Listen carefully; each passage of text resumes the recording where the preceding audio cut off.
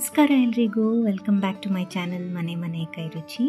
ಇವತ್ತು ನಾನು ಅಗಸೆ ಬೀಜ ಮತ್ತು ನುಗ್ಗೆ ಸೊಪ್ಪಿಂದ ಮಸಾಲ ಮಜ್ಜಿಗೆ ಪುಡಿ ಮಾಡೋದನ್ನು ತೋರಿಸ್ತಾ ಇದ್ದೀನಿ. ಬನ್ನಿ ನೋಡೋಣ ಹೇಗೆ ಮಾಡೋದು ಅಂತ. ಮೊದಲಿಗೆ ಇಲ್ಲಿ ನಾನು 5 ಬೇಡಿಗೆ ಮೆಣಸಿನ್ಕಾಯಿನ ಡ್ರೈ ರೋಸ್ಟ್ ಮಾಡ್ತಾ ಇದ್ದೀನಿ. ಎಲ್ಲ ಪದಾರ್ಥಗಳನ್ನು ಬೇರೆ ಬೇರೆಯಾಗಿ ಹುರಿದು ಪಕ್ಕಕ್ಕೆ ಎತ್ತಿಟ್ಕೋಬೇಕು.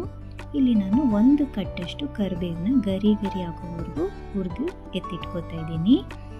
ಇಲ್ಲಿ ನಾನು 1 ಚಿಕ್ಕ ಲೋಟದಷ್ಟು ಅಗಸೆ ಬೀಜ ಅಂದರೆ ಫ್ಲ್ಯಾಕ್ಸ್ ಸೀಡ್ನ ಇದು ಚೆನ್ನಾಗಿ ಚಿಟ್ಕುಟ್ಟೋವರೆಗೂ ಹುರ್ಕೋತಾ ಇದ್ದೀನಿ.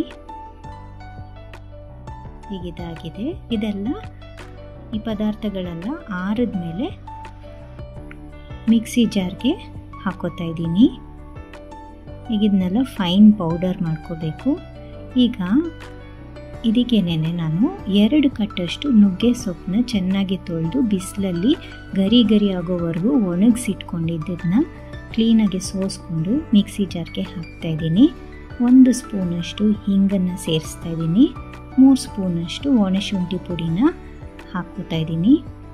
ಈಗ ಇದಿಷ್ಟನ್ನು ಫೈನ್ ಪೌಡರಾಗಿ ಗ್ರೈಂಡ್ ಮಾಡ್ಕೊಳ್ಳೋಣ. ನೋಡಿ, ಈ ರೀತಿ ಪೌಡರ್ ಮಾಡಿಕೊಂಡ್ರೆ ಸಾಕಾಗತ್ತೆ. ಈಗ ಇದನ್ನು ಏರ್ ಟೈಟ್ ಕಂಟೈನರಲ್ಲಿ ಹಾಕಿ ಇಟ್ಕೊಂಡ್ರೆ ಸುಮಾರು 2-3 ತಿಂಗಳ ಕಾಲ ಪ್ರಿಸರ್ವ್ ಮಾಡ್ಕೋಬೋದು. ಈಗ ಇದನ್ನು ಮಜ್ಜಿಗೆಗೆ ಹೇಗೆ ಬಳಸ್ಬೋದು ಅಂತ ನೋಡೋಣ.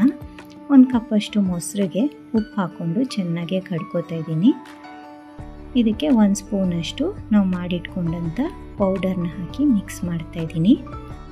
1 ಮೀಡಿಯಮ್ ಲೋಟ ಮಜ್ಜಿಗೆಗೆ ಅರ್ಧ ಸ್ಪೂನಷ್ಟು ಪೌಡರ್ನ ಹಾಕಿದ್ರೆ ಸಾಕಾಗುತ್ತೆ.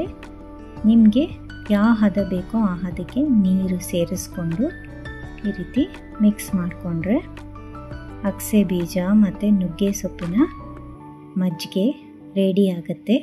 ಊಟದ ನಂತರ ಇದನ್ನು ಕುಡಿಯೋದ್ರಿಂದ ಜೀರ್ಣಕ್ರಿಯೆಗೆ ತುಂಬ ಒಳ್ಳೆಯದು. ದಿನ ಇದನ್ನು 1 ಸ್ಪೂನಷ್ಟು ತಗೊಳ್ಳೋದ್ರಿಂದ ಆರೋಗ್ಯಕ್ಕೆ ತುಂಬ ಒಳ್ಳೆಯದು. ರುಚಿನೂ ಅಷ್ಟೇ ತುಂಬ ಚೆನ್ನಾಗಿರುತ್ತೆ. ಈರುಳ್ಳಿ, ಕೊತ್ತಂಬರಿ ಸೊಪ್ಪು ಹಾಕಿ ಮಾಡೋ ಮಜ್ಜಿಗೆಗಿಂತ ಇದು ತುಂಬ ಚೆನ್ನಾಗಿರುತ್ತೆ. ನಮ್ಮನೆಯಲ್ಲಂತೂ ದಿನ ಇದನ್ನು ಮಾಡ್ಕೋತೀವಿ. ನೀವು ಸಹ ಟ್ರೈ ಮಾಡಿ ಹೇಗೆ ಬಂತು ಅಂತ ಕಮೆಂಟ್ ಸೆಕ್ಷನಲ್ಲಿ ತಿಳಿಸಿ. ಹಾಗೆಯೇ ಈ ವಿಡಿಯೋ ನಿಮಗೆ ಇಷ್ಟ ಆಗಿದ್ದರೆ ಪ್ಲೀಸ್ ಲೈಕ್ ಮಾಡಿ, ಶೇರ್ ಮಾಡಿ ಮತ್ತು ಸಬ್ಸ್ಕ್ರೈಬ್ ಮಾಡಿ ಅಂತ ಹೇಳ್ತಾ, C in the next video. Happy cooking.